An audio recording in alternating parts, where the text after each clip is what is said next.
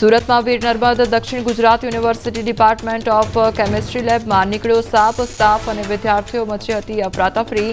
જીવદયા પ્રેમી સંસ્થાના સ્વયંસેવકોએ સાપનું રેસ્ક્યુ કર્યું. મધ્યપ્રદેશના મુરૈનામાં ઘરમાં ખાટલા પર સૂતેલી કિશોરીને સાપે ડંખ મારતા મોત નીપજ્યું. કિશોરીના ગળા અને આંગળીના ભાગે સાપે ડંખ માર્યા. મદારીઓએ કિશોરીના રૂમમાંથી એકસાથે 2 સાપનું કર્યું રેસ્ક્યુ. વલસાડમાં માછીમારી કરવા આવેલા યુવકોને બંધક બનાવી ગુજાર્યો અત્યાચાર. વિડીયો વાયરલ થતા પોલીસે યુવકોને મુક્ત કરાવ્યા. અગમ્ય કારણથી યુવકોને ગોંધી રખાયા હતા.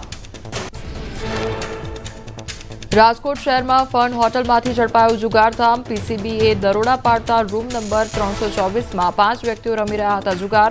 સ્થળ પરથી ₹3.5 લાખ મુદ્દામાલ કબજે કર્યો. હોટલમાં રૂમ ભાડે રાખી વિકાસ અગ્રવાલ લોકોને રમાડતો હતો જુગાર. ગુજરાત એટીએસે બોગસ વિઝા બનાવી આપતા 4ની ધરપકડ કરી. લક્ઝમબર્ગ અને અન્ય દેશના બનાવતા હતા વિઝા, ત્યારે અલગ અલગ લોકો પાસેથી લાખો રૂપિયા વસૂલ કરી નકલી વિઝા બનાવ્યા હોવાના આરોપ. અમદાવાદના બોપલમાં શેર બ્રોકરના આપઘાત કેસમાં ખુલાસો. પોલીસે 2 આરોપીઓની કરી ધરપકડ. જેની પાસેથી મૃતકે 1 દિવસ પહેલા જ મંગાવ્યું હતું હથિયાર. આપઘાત બાદ બંને આરોપીઓ હથિયાર સાથે થયા હતા ફરાર. બંને યુવકો ધરાવે છે ગુનાહિત ઇતિહાસ.